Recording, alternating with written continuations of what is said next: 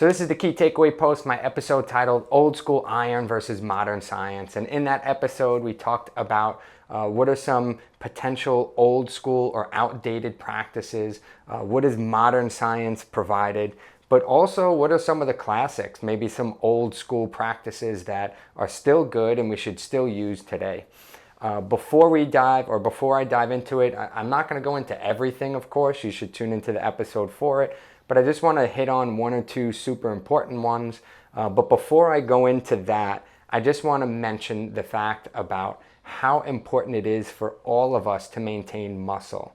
Why is muscle so important? I just want to give you a couple little things to help motivate you before we dive into the practices, because this is for everyone, not just for a gym bro. So some modern science, and these are things that we now know that we really didn't know 10, 20 years ago. It was definitely not mainstream knowledge. So one, we know that by having muscle mass, it helps with sickness. People who go into surgery with more muscle mass tend to fare better. Their hospital stays are usually shorter. People are able to recover faster. Generally speaking, I look at muscle as kind of like an amino acid reserve where the body can draw upon them and use them for other things. For example, to build your immune system. I think about it like when I'm sick at work, right? I save money in the bank so that when I'm sick, I could use that money to still pay for the things that I need. When you have muscle mass, you're able to fuel your immune system, you're able to repair tissue, you're able to heal more effectively and usually faster when you have muscle mass. Another big thing is about your brain. So we now know that, and this kind of plays into both muscle and bone, but when we break down and rebuild muscle and bone, our body releases growth factors. We're finding that some of those cross into the brain. They cross the blood-brain barrier, and they also help to grow and maintain and repair neurons in the brain. So we're noticing that people who maintain and actively preserve muscle and bone health, they also tend to have a healthy brain. And this is why you see that in older years especially, it helps to keep dementia at bay or maybe even prevent it to some degree. Another big piece is about metabolism. So, one of the big issues in our society today is that we eat too much or we eat a lot and then we don't move at all. And so it causes a rise in blood sugar, it causes insulin resistance, it impacts then, many other organs in the body.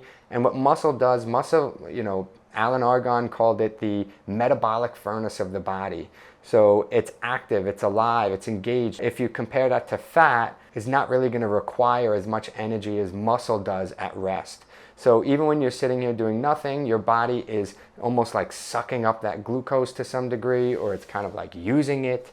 But it helps to maintain a healthy balance of blood sugar levels and energy in, energy out type of thing. So it doesn't just impact weight management, but it also impacts the function of many organs. Speaking on many organs, the last piece I'll mention is we're discovering how pretty much, having a healthy amount of muscle mass can impact almost any system in the body. Dr. Gabrielle Lyon had a good post on this recently about erectile dysfunction and how, if you're thinking about how muscle mass impacts sex organs, or if you think about, the list can go on and on from whether it's aesthetics, whether it's depression, whether it's anxiety, there's big links to confidence. And people that have more muscle mass, you have the ability to do things, to move about in the world, and that impacts your confidence as well. But it's not just about looking good. It's not just about this gym bro mentality. Muscle is something healthy. It's something that we all need. And there's a reason that many of us are probably attracted to it, right? Is because it is healthy for us. So when we talk about weightlifting and actively preserving muscle, this is for everyone. All right, so talking about some of those principles, the big one I want to talk about today is about training intensity. Back in the day, much of the training was pretty much you go to failure and even beyond, right? You think about like the Arnold Schwarzenegger type of stuff. Guys are lifting and then the guy's helping them lift. You get that like cheat rep, or the assistants where they're like really pushing past failure. I was going to drop, but I'm going. right? So a lot of this to failure and beyond.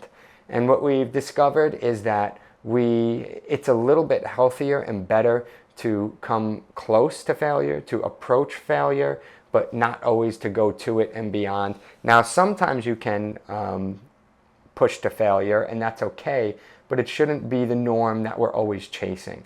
A better goal to strive for is something like 2 reps in reserve. So you're still training hard, and what that means is you're getting close where you could have done 2 more reps, but you didn't do those last 2 reps, right? You had 2 more reps in reserve. Training close to failure is better than going to failure and beyond on the norm. Occasionally, you can still go there. Ryan in the episode, he talked about still going to that place, right? Training your beast, training that grit, and I believe in that as well. There's sometimes we do want to push past, and that's okay, just to make sure you still got it. But we also need to be able to put on that reserve. And why is that important? Because it's also about recovery and making sure that you can have a good quality lift again, whether it's in that workout or even the next day. So let me explain.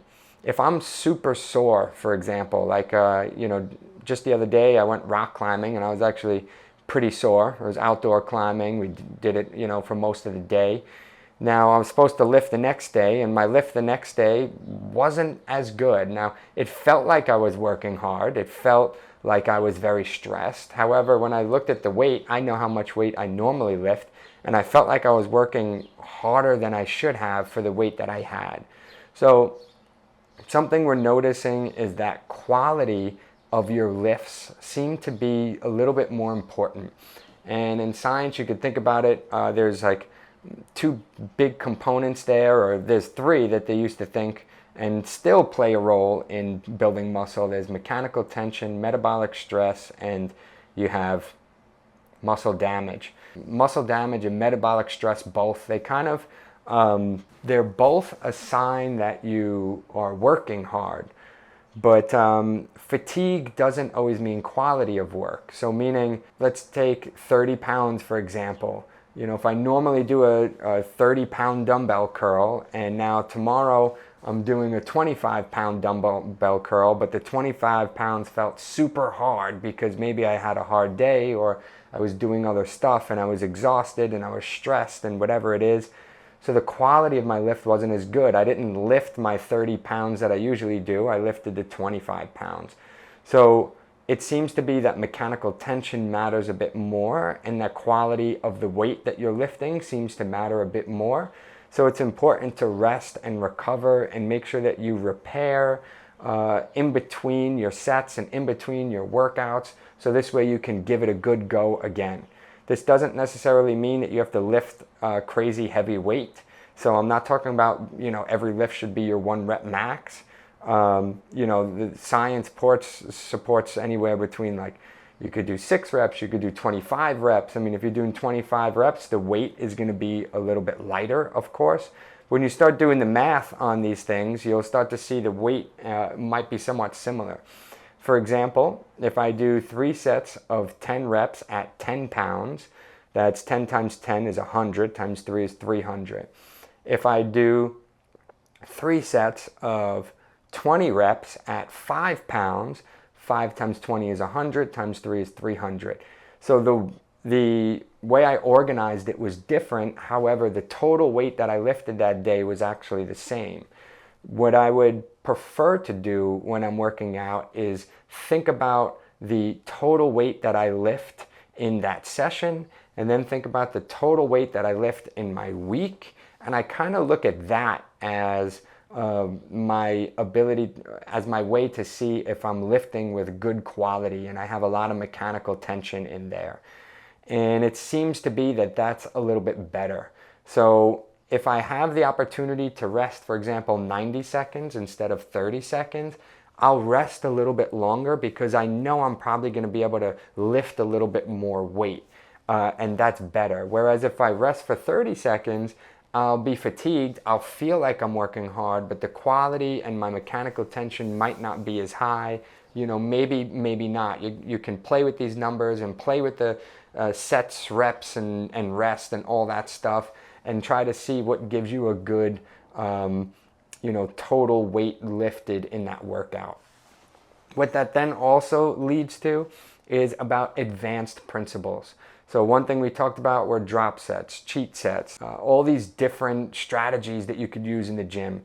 And what we've learned is that none of them are really anything that special.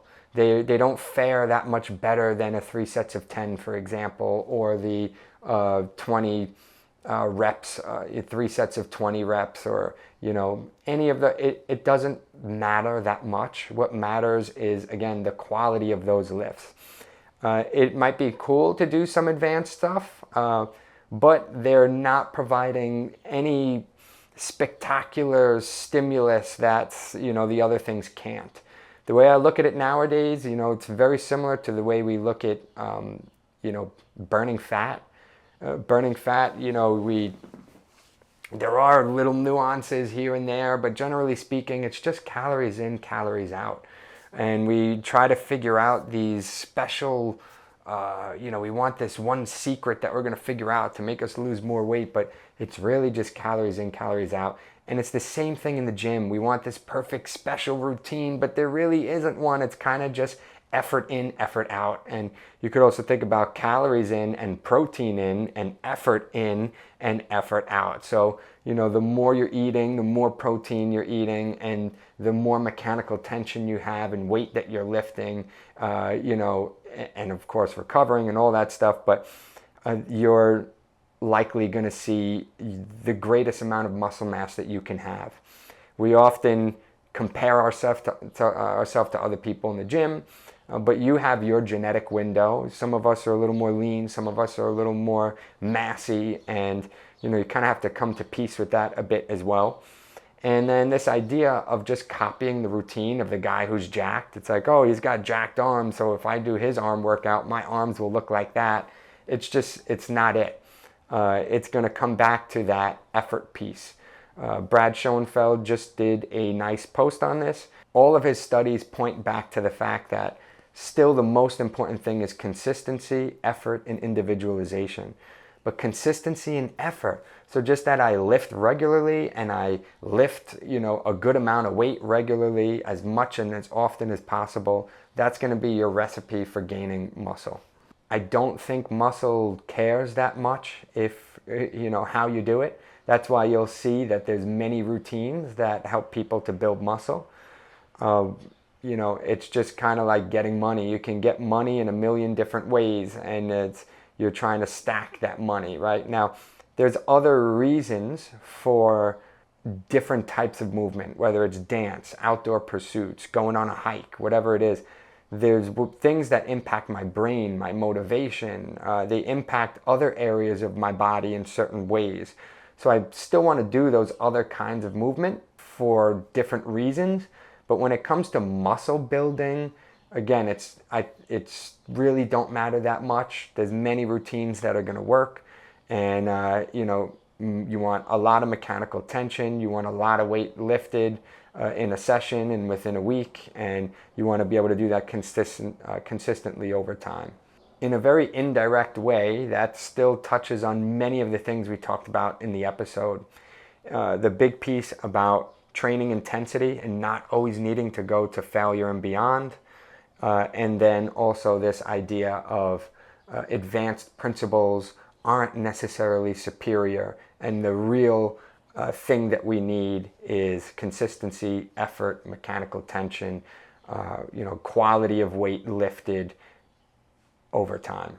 The last piece I'll mention, because it still ties into it, is we talked a little bit about this philosophy piece, which I think is important because many times we embody what we think, right? So part of this piece of training to failure and training intensity and all that stuff, Ryan talked about going to that place and how important it is to go to that place from time to time. But over the years, he also discovered how important it is to have some self-control and restraint so that you can have some longevity. You think about somebody like a Ronnie Coleman, for example, who's crippled. He's kind of crippled in his later years, and he put in massive intensity in the gym, definitely training beyond. If you actually interview him, though, he said it was all worth it, and I believe him. I think that there are some goals that are worth it, and I'm an athlete myself, and I understand what goes behind that. But generally speaking, for the masses, we want to think about our goal as not being the best in this one area, but more so, how can I do what I love to do all the way until the later years of my life? One of my newest things I love to do is look at, like, for example, I was watching the 90-year-olds compete in sprinting. I was watching, older men and women rollerblading. I'm watching these people who are in the later years of their life and still doing the things that they love. That's a competition that every single one of us can chase and is within reach. So I think that's a much healthier goal. What are the things you want to do all throughout your life physically? You can pick something to be competitive in, whether it's your job or whatever, or some athletic pursuit. But when it comes to your general health, we all need to maintain our muscle mass. We all need to be able to maintain function. And we all need to be able to do this all the way to those later years. And so you have to think about this longevity piece. You can't just think about going hard, go hard, go home all the time. There has to be a little bit of this restraint and this cap. I think about it like a sniper, or what is that called again, where they shoot the frisbee, and you have to time it, boom. Right? If you go too soon, you miss. You go too late, you miss. You have to have this perfect accuracy. You kind of don't want to be, if you think about someone who's blindfolded and just blasting away with a machine gun, you might hit your target, but you also might hit other things. You also might get an injury. You also might have all these unforeseen things that you didn't want. And, you want to be a little bit more like a sniper who's accurate. So you still have that intensity to take a shot. You still have the muscle. You still have the grit. But you also have the restraint to be able to control it, time it, and hit it right on the money. So the goal, I did an episode with Konishiki back in the day. It's one of the greatest sumo guys out there. He's called the dump truck. He's the biggest guy. If you look him up online, he's like the huge guy with tiny people around him. But, in the episode with him, it always stood out to me. He said the calm beast. And I think that's a good philosophy to maintain. So you want to go to that place from time to time. You want to know you still have that grit and that muscle, but you also need to have the restraint to be able to last all the way into these later years of your life. So I think the calm beast philosophy is a pretty good one to have when you're in the gym or just generally speaking in your life. But in order to get the rest of this stuff, you're going to have to tune into the episode. I mean, I could talk about this stuff all day. I hope you got some gems. I hope you tune into the episode with Ryan, and I'll catch you all soon.